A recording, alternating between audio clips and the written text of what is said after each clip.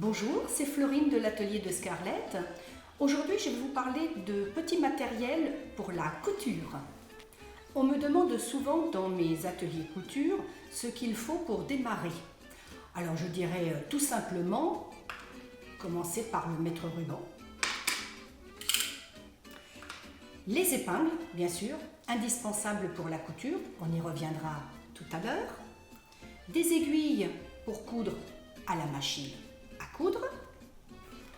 Une paire de ciseaux réservés essentiellement à la couture pour couper le tissu.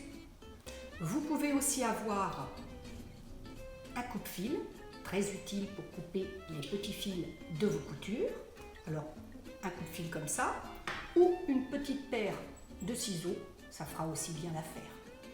Il vous faudra aussi la craie de tailleur, très utile pour faire vos patrons.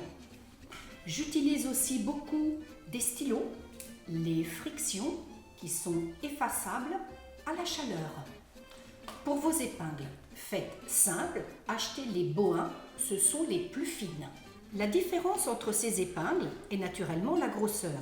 Celles avec les perles de couleur sont plus grosses car elles étaient réservées aux fourreurs. Pour obtenir de belles coutures, de belles finitions, vous devez adapter vos aiguilles à la nature de votre tissu.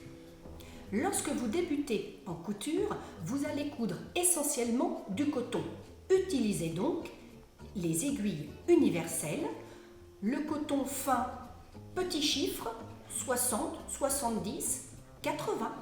Plus votre tissu est épais, augmentez le chiffre de votre aiguille. Un exemple, vous allez coudre du jean, prenez une aiguille 100, 110, 130. Préférez toutefois les aiguilles jean. Alors pour coudre les tissus élastane, les tissus extensibles, préférez les aiguilles à bout arrondi. Pour cela, vous prenez des aiguilles jersey, des aiguilles stretch. Avec la même façon, plus le tissu est fin, le chiffre va être petit, plus le tissu va être épais, le chiffre va être élevé. Pour coudre le simili-cuir ou le cuir, utilisez obligatoirement une aiguille cuir ou leather. À ce propos, je ferai une petite vidéo pour vous donner mes petites astuces pour coudre le simili-cuir ou le cuir. On me demande souvent à quoi correspondent les chiffres sur les aiguilles 10, 11, 12, 14 et 16. Ce sont les normes américaines. Pour la correspondance, c'est très simple. Le chiffre 16 correspond à notre chiffre 100, donc les tissus épais. Le chiffre 14 correspond au chiffre 90, les tissus moyens. Le chiffre 11 correspond au 75, les tissus fins. Une autre astuce rien que pour vous. Voici le petit post-it que j'installe sur ma machine à coudre le jour où je change d'aiguille.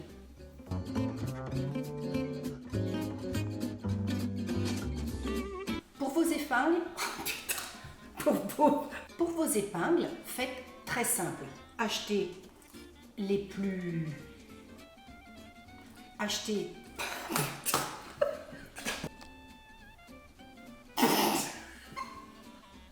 Il va vous arriver aussi... Une autre astuce pour savoir quelle est l'aiguille qui se trouve dans... Une autre astuce pour savoir quelle est l'aiguille qui se trouve dans votre machine, installez Une autre petite astuce. Pour savoir quelle est l'aiguille qui est installée dans votre machine, mettez simplement un post-it sur le côté sur lequel vous aurez écrit la date à laquelle vous mettez votre... Si vous avez aimé cette vidéo, pensez à mettre un petit pouce bleu, ça fait toujours plaisir, et abonnez-vous à ma chaîne.